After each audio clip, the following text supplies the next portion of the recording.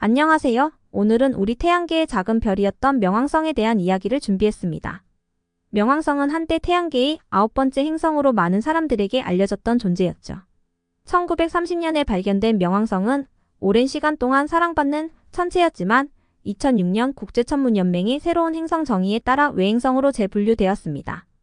오늘은 명왕성이 퇴출될 수밖에 없었던 이유와 그 배경이 무엇이었는지 지식도서관에서 준비했습니다.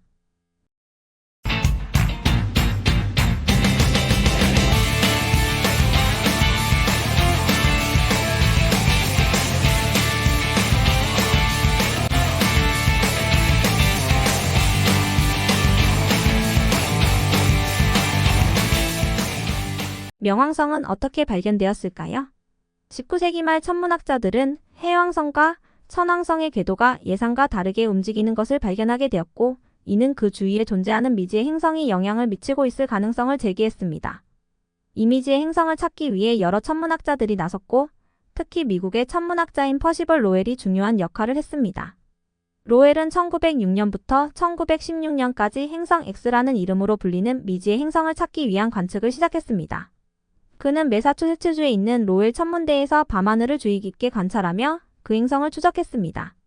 1930년 1월 클라이드 톰보라는 젊은 천문학자가 로웰 천문대에서 행성 X의 발견을 위한 관측 작업에 참여했습니다. 그는 기존의 사진을 비교하고 별의 위치 변화를 분석하는 방법을 사용하여 미지의 천체를 찾고자 했고, 2월 18일 톰보는 카메라로 찍은 사진에서 예상하지 못한 점을 발견하게 됩니다. 이 점은 다른 별들과 비교할 때 움직이고 있었고, 이는 새로운 행성임을 알아차리는데 그리 어렵지 않았습니다. 3월 13일 로웰 천문대는 새로운 천체의 발견을 공식 발표했고, 그 새로운 행성이 바로 명왕성이었습니다. 이 작은 행성은 수십 년 동안 많은 이들에게 우주에 대한 호기심을 불러일으켰습니다. 명왕성은 작고 얼음과 암석으로 이루어져 있으며 그 궤도는 태양에서 멀리 떨어져 있습니다.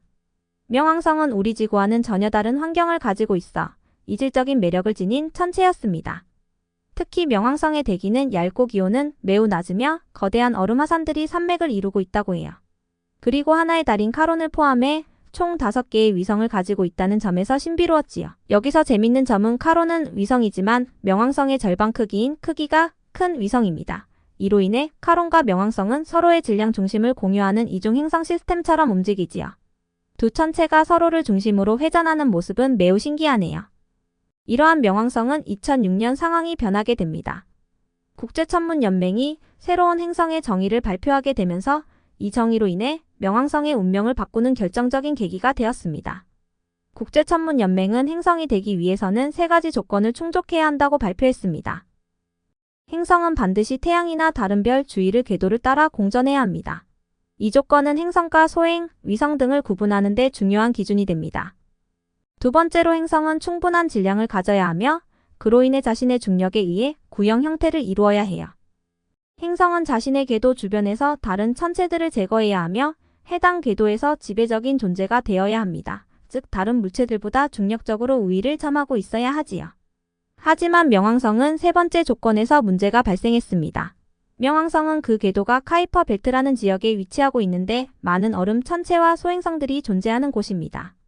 명왕성은 자신의 궤도에서 이러한 천체들과 함께 공존하고 있기 때문에 자신의 궤도 주변에서 다른 물체를 제거하지 못하고 있었습니다. 이러한 이유 때문에 명왕성이 행성으로 인정받기 어려운 이유가 되었죠. 명왕성의 퇴출 소식은 천문학계와 대중에게 큰 충격을 안겼습니다. 많은 사람들은 명왕성이 여전히 행성으로 남아있기를 원했죠. 심지어 명왕성의 팬클럽까지 생겨날 정도였습니다. 결국 2006년 국제천문연맹은 명왕성을 퇴출하기로 결정했고, 새로운 정의에 따르면 명왕성은 태양 주위를 도는 외행성으로 분류되게 되면서 13434형 플루토라는 이름으로 바뀌게 되었습니다. 명왕성 퇴출 논쟁에서 중요한 역할을 한 천문학자는 누구일까요? 바로 마이클 브라운이란 사람입니다. 그는 2006년에 발견한 에리스를 포함한 여러 외행성을 연구하면서 명왕성을 퇴출시키는 결정에 큰 영향을 미쳤습니다. 브라운은 명왕성이 다른 천체들과 비슷한 궤도를 가지고 있고 그 주변에 비슷한 크기의 물체들이 많다는 점을 강조했습니다. 이로 인해 명왕성이 더 이상 전통적인 의미의 행성으로 분류될 수 없다는 주장을 했습니다. 2006년 나사는 뉴 호라이즌 호를 발사합니다. 이 탐사선은 명왕성을 직접 탐사하고 행성의 비밀을 밝혀내기 위해 설계되었습니다. 2015년 드디어 명왕성에 도달합니다. 이 작은 행성의 표면, 대기, 그리고 위성 카론을 탐사하여 새로운 데이터를 수집하기 시작했습니다. 이 발견은 명왕성에 대한 과학적 논의를 다시 불러일으켰지만 행성으로서의 지위는 회복되지 않았지요. 우리는 명왕성의 흥미로운 이야기들을 들어보았어요. 비록 행성으로서의 지위를 잃고 외행성으로 분류되었지만 여전히 우리의 마음속에는 수금지와 목, 토, 천해명처럼 특별한 존재로 남아있는 것 같아요. 다른 더 재밌는 이야기들을 듣고 싶으시다면 구독과 좋아요 버튼을 눌러주세요. 여러분의 생각과 의견도 댓글로 남겨주시면 감사하겠습니다.